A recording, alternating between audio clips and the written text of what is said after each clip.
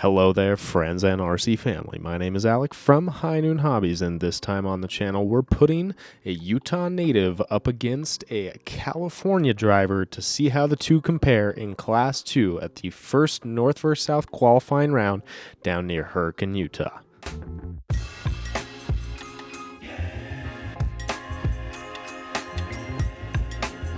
If you're new to the channel, I very much appreciate you checking it out. I hope you'll stick around, watch at least this video, see if this content seems worth your while, and consider subscribing so that then I can say to you, if you aren't new here, welcome back to yet another Friday upload. This time we threw all the tiny trucks in the car, headed out of the snowy northern Utah region and down to southern Utah, just outside of St. George or Hurricane, Utah. This is the Long/Warner Valley area, which is a fantastic area for off-highway vehicles as well as tiny trucks. We had Thomas from Fabin 801 here throwing the full-size buggy up on the rocks so that people can see us far and wide and find the competition area. Always cool watching these full-size buggies, these full-scale rigs running on the rocks. It's a dream of mine to one day own one of those fantastic little rock lizards, but until then, we will keep enjoying ourselves on the rocks with the tiny trucks, something that I can afford at the moment and probably spend too much money on, but hey, that's a story for another day. The turnout for this event was absolutely fantastic. I want to throw a huge thank you to Scumbag RC and West Desert Wheeler. Both Luke and Logan put a ton of effort into this competition and really truly make it what it is. So thank you both for all of your effort, and thank you to all of the sponsors. I don't have a list of them in front of me, and it's a long list, but thank you to each and every one of the sponsors for making this event possible. Thank you also to the Rock Pirates boys as well as the Bonebox Brigade for making it up to Utah for this event.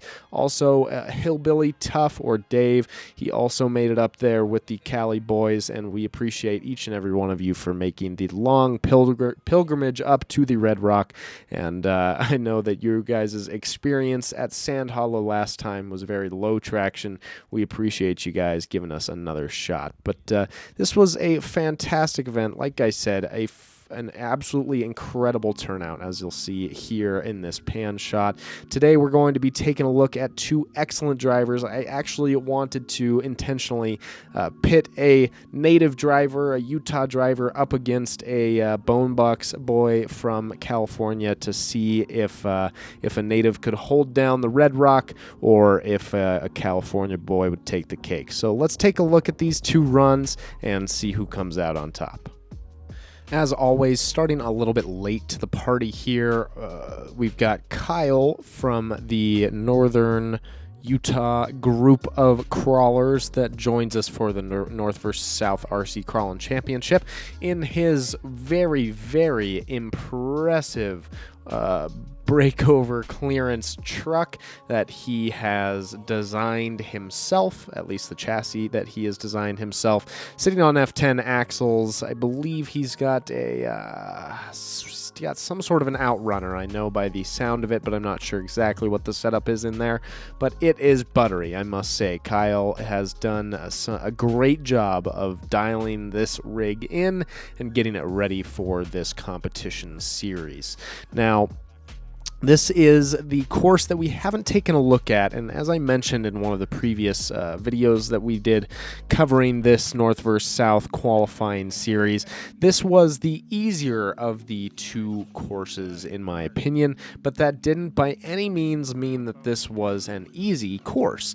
Logan set all 6 of these courses, 2 Class 2, 2 Class 3, and 2 unlimited courses for this qualifying event, and all of of them were punishing in their own right. But Kyle's making easy work of this course so far. I managed to kind of deduct the time based off of going to the end of this video and then working my way backwards. So while I did miss the first gate, unfortunately, of Kyle's, I do know that he made it through clean, and he was at about the time that I have specified on the screen here. Although, as always, this is not the official time or scoring that was used for the competition. This is just my own tallying of watching the video back and doing the scoring as I will. Making easy work of gate 4 there, turning into gate 5, and then you can see this gate 5 really had a trick of pushing people's rear axles into that number 5 gate, or that number 5 cone there on the passenger side. Kyle doing a very good job of avoiding that, taking the very last second reverse, but hey, doesn't count when you did it, it just counts that you did it before you hit the gate. You can see the breakover clearance of Kyle's truck there working in his favor as he goes down that nasty descent, having no problem staying in control and actually crawling that whole descent, which is pretty impressive. Most drivers ended up giving it a little bit of the beans to make it through there smoothly. Kyle was able to just crawl his way down. Gate 7 here, really the bush in the middle was kind of a 50-50 factor on what it did with your truck, but Kyle had just the right weight. He was able to squish that bush down. It didn't become any sort of a problem for him, and he makes it through gate 7 there clean without smashing any pumpkins on the rock and potentially causing himself a little bit of an issue getting into that gate. This bonus here, you can see Luke instructing Kyle, kind of giving him a little bit of a pointer as to how to get through this gate clean. This was a nasty one. You really had to use your front axle in the wedge to manipulate your rear axle and get it pushed as far up the hill as you possibly could before you started making the side hill that you see Kyle making now. Otherwise, you'd end up in this situation, which Kyle finds himself in currently, which is your rear tire just wants to keep pushing into that lower bonus cone, and that can be quite a problem. It's very difficult to escape this situation once you've got into it. You see your front end starts sliding down the hill, and it's very hard to recover that rear axle and get yourself set back up. Once you've committed, as far as Kyle did there, unfortunately, there's really no turning back, and if you do end up sliding into that lower gate, there's very little that you can do to avoid getting the actual gate penalty. So Kyle taking the penalty there, but no problem. You know, he's still at a +1, which is a very impressive score overall, and a very impressive score given the difficulty of all of these gates. Made it through gate number 9 clean, taking a little bit of a breather there before he heads into gate 10. The gate 9, really the only, I would say, difficulty of that gate was the boundary, which definitely meant that you had to watch how you were setting yourself up, and Kyle did a good job making it through there. Now he's headed into gate number 10. Now this one's rough. Really, it's just a nasty hole that you have to You just kind of have to commit your entire front end into the hole and then try to find some sort of way to drag your front wheels up and over. I saw quite a few competitors having luck getting up and over to more of the passenger side. Kyle here seems to be favoring the driver side, trying to get up and over. Don't know if that's intentional or that's just what the articulation of his truck is doing to him. Unfortunately, he's making it up to the end of the 6-minute time limit here, and he's trying his best to get through as quickly as possible, but the hill is just not working out for him, so he ends up having to tag that gate, ending up with a +13 at the time limit, essentially a 5:58. Doing a great job, making the best of what he could there at the end. It was unfortunate. If he had maybe a little bit more time, he could have gotten it through that gate number 10 clean, but a +13 is certainly no score to shrug off. That is a score to be reckoned with. Now Now let's see here if Bonebox Bryan can make up the gap and beat out our Utah native on this course number 1 here for the North versus South Utah RC Crawling Championship. First Southern qualifier. Making easy work of gates 1 and 2. We actually got to see gate 1 here from Bryan's run, which is kind of nice. Apologize for missing it on that first run, but that first gate was actually kind of a doozy. I saw quite a few drivers have an issue with that gate number 1, and also this gate number 3 here.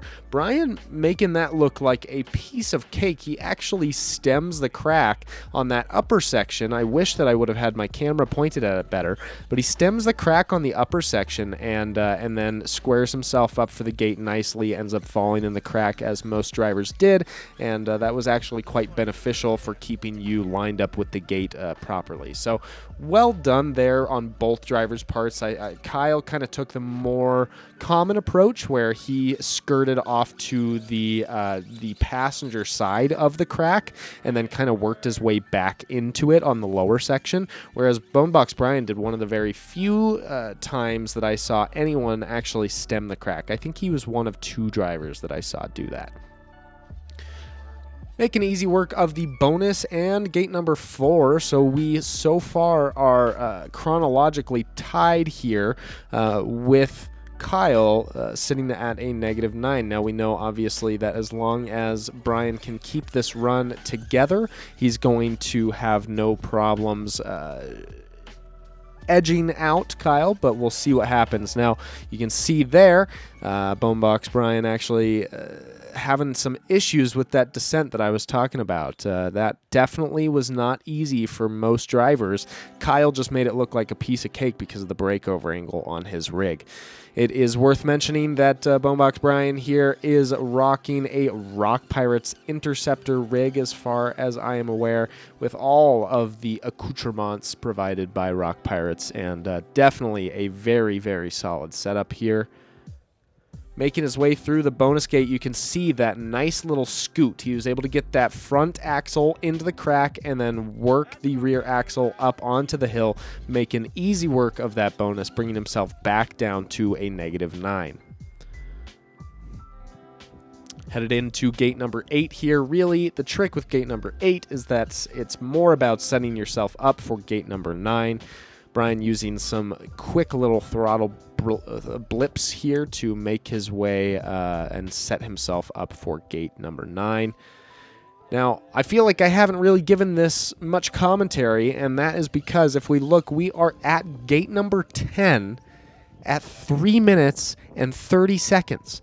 And Bryan's just going to make quick work of gate number 10 here, too. It's like he spent his whole life on Red Rock. I don't understand.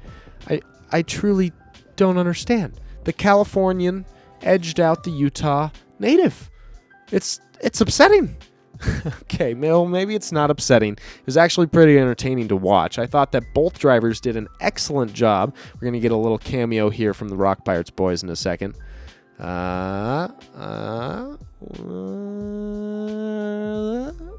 Hi, Connor. And Steve.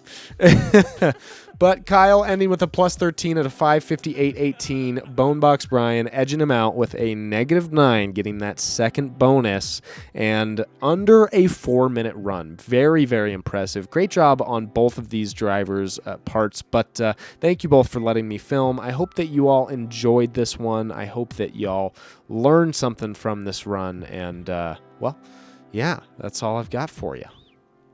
I very much appreciate y'all watching. I hope that you enjoyed and learned as much as I did watching these runs back. If you did, go ahead and give this video a like. If you want to see more content like this every single week, don't forget to subscribe to High Noon Hobby. And, well, that's all I've got for you. We'll see you on the next one. Enjoy some scale trailing, maybe some hard lines, maybe some FPV droning. We'll see y'all soon.